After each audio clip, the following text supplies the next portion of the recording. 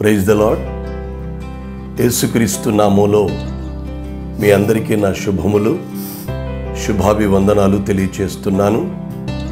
దేవుని మహాకృపను బట్టి 2024 సంవత్సరం మార్చి నెల 21వ తారీఖు నుండి నేను అమెరికాలో సువార్త పర్యటన నిమిత్తం వెళ్ళడానికి దేవుడు కృప చూపాడు.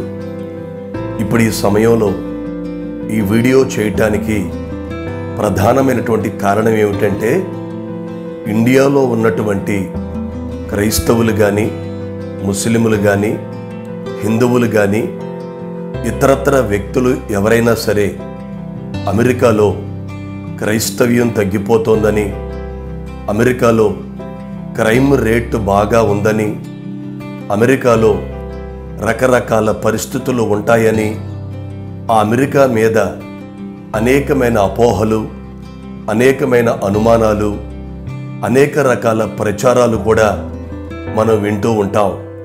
కానీ వాస్తవానికి నేను డైరెక్ట్గా అమెరికా దేశానికి వెళ్ళి అక్కడ పరిస్థితులు చూసిన తరువాత వాస్తవాలు ఏమిటో మీకు తెలియచెప్పాలని నేను ఈ వీడియో చేస్తున్నాను. నిజంగా అనేక మందికి వీడియో షేర్ చేయండి.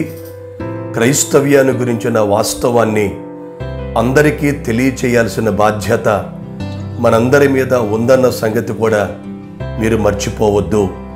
ప్రాముఖ్యంగా నేను అమెరికా దేశం వెళ్ళిన తర్వాత మొట్టమొదట అసలు చర్చెస్ అమ్మేస్తున్నారు, ఇతర మతాల వారు చర్చిలు కొనేసుకుంటున్నారు, రాను రాను క్రైస్తవ్యం తగ్గిపోతుంది, క్రిస్టియానిటీ రేటు పడిపోతుంది అని చాలామంది అంటున్నారు.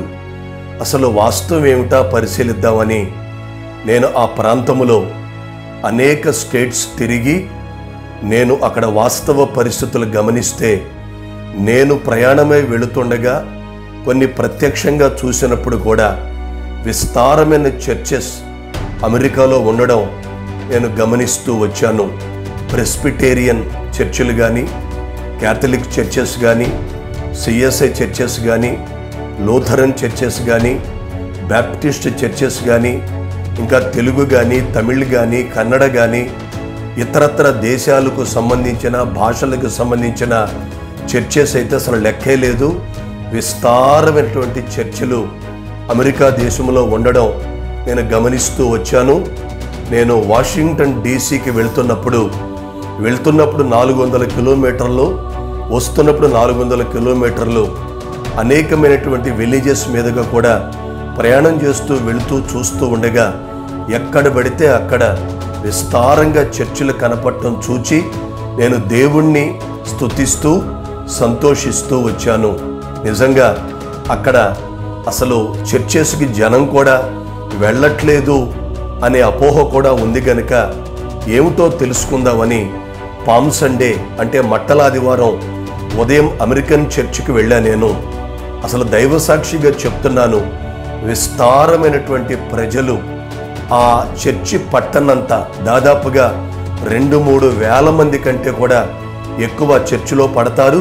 విస్తారమైనటువంటి జనం అందులో చూశాను. వర్షిప్ ఎంత అద్భుతంగా చేస్తున్నారో గమనిస్తూ వచ్చాను. వాక్య పరిచర్య కూడా చాలా ఆత్మీయంగా ఉండడం నేను గమనిస్తూ వచ్చాను. ప్రసంగం అయిపోయిన తర్వాత ఆల్టర్ కాల్ ఇస్తున్నప్పుడు అనేక మంది డయాస్ ముందుకు వెళ్ళి అక్కడ మోకరించి కన్నీళ్లతో పశ్చాత్తాపడుతూ ప్రార్థన చేయటం కూడా నేను కళ్ళారా చూస్తూ వచ్చాను. అంటే ఎందుకు ఈ మాటలన్నీ మీకు జ్ఞాపకం చేస్తున్నానంటే, క్రైస్తవ్యం అనేది అమెరికాలో చాలా బలంగా ఉంది అన్న సంగతి మీరు గమనించాలి. ఇంకొక మాట కూడా మీకు చెప్పాలనుకుంటున్నాను. అక్కడ చర్చెస్ కూడా ఇతర మతాల వారికి అమ్మేస్తున్నారట అనే వార్తలు కూడా వింటూ ఉంటాం. వాస్తవానికి అక్కడ ఏం జరుగుతుందంటే, ఒక్కొక్క నిర్మాణం లేదా కట్టడం, అది ఇల్లు కావచ్చు, చర్చ్ కావచ్చు, ఆఫీస్ బిల్డింగ్ కావచ్చు, ఏదైనా సరే ఒక్కొక్క దానికి లైఫ్ టైం 100 సంవత్సరాలు 150 సంవత్సరాలు పైన ఉంటాయి. ఒకవేళ ఏదైనా అరాకొర చర్చిలు అమ్ముతున్నారంటే అవి బాగా పాతబడిపోయి పాడైపోయే పరిస్థితుల్లోకి వస్తే అమ్ముతున్నారు. క్రొత్త చర్చిలు ఇప్పుడు మోడర్న్గా బ్రహ్మాండంగా కట్టడం, ఒక్కొక్కటి 2-3 ఎకరాలు 5 ఎకరాల్లో కూడా పెద్ద పెద్ద చర్చిలు కడుతూ ఉండడం కూడా నేను చూస్తూ వచ్చాను. కాబట్టి ఈ భారతదేశంలో ఉన్న క్రైస్తవులు ఎవరో కూడా అమెరికా క్రైస్తవ్యాన్ని గురించి ఏమీ అపోహపడక్కర్లేదు, ఏమీ కలవరపడక్కర్లేదు.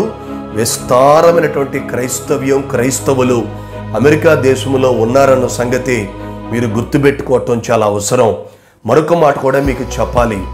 అమెరికాలో అసలు వాళ్ళ యొక్క క్రమశిక్షణ కానీ వాళ్ళ యొక్క పరిశుభ్రత కానీ ఎంతో బాగా నచ్చింది. నిజంగా మన దగ్గర అయితే కూడా రోడ్ల మీద ఆడవాళ్ళు వెళుతుంటే ఏడిపించేవాళ్ళు, కామెంట్ చేసేవాళ్ళని చూస్తాం. కానీ అమెరికాలో నేను చూసినంతలో ఎక్కడా కూడా ఎవరిని అసలు పట్టించుకోరు. కామెంట్ చేయటం కానీ పబ్లిక్గా ఎవరినైనా ఏడిపించటం కానీ అనేది అమెరికాలో లేదు.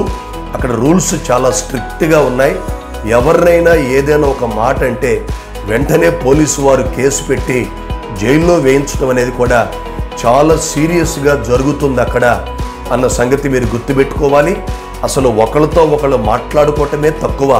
అక్కడ అందరూ కూడా చక్కగా చాలా వేగంగా ప్రయాణం చేస్తూ చక్కగా బిజినెస్లు చేస్తూ ఆర్థికంగా బాగా బలోపేతం అవుతూ సండే వచ్చిందంటే ఎవరికి వాళ్ళు చర్చెస్కి వెళ్ళి హృదయపూర్వకంగా టైం టు టైం చాలా పర్ఫెక్ట్గా వాళ్ళ ఆరాధన చేయటం కూడా నేను గమనిస్తూ వచ్చాను. కనుక ఏమీ కలవరపడక్కల్లా, ఏమీ అధైర్యపడక్కల్లా. అక్కడికి వెళ్ళి చూసి వచ్చినటువంటి సజీవ సాక్ష్యంగా నేను చెప్తున్నాను. అమెరికాలో క్రైస్తవ్యం బాగుంది, క్రైస్తవులు బాగున్నారు, చర్చెస్ బాగున్నాయి, ప్రసంగాలు బాగున్నాయి, ఆరాధన బాగున్నాయి, అద్భుతమైనటువంటి పరిచర్య జరుగుతుంది. నిజంగా అక్కడ థియలాజికల్ కాలేజెస్ కూడా విస్తారంగా ఉన్నాయి. కనుక అక్కడ ట్రైనింగ్ అవుతున్న వాళ్ళ శాతం కూడా చాలా అద్భుతంగా ఉందన్న సంగతి కూడా నేను బాగా తెలుసుకొని గమనించి మాటలు చెప్తున్నాను.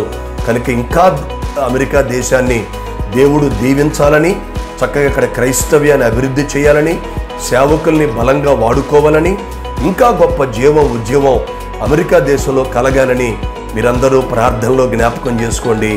God bless America.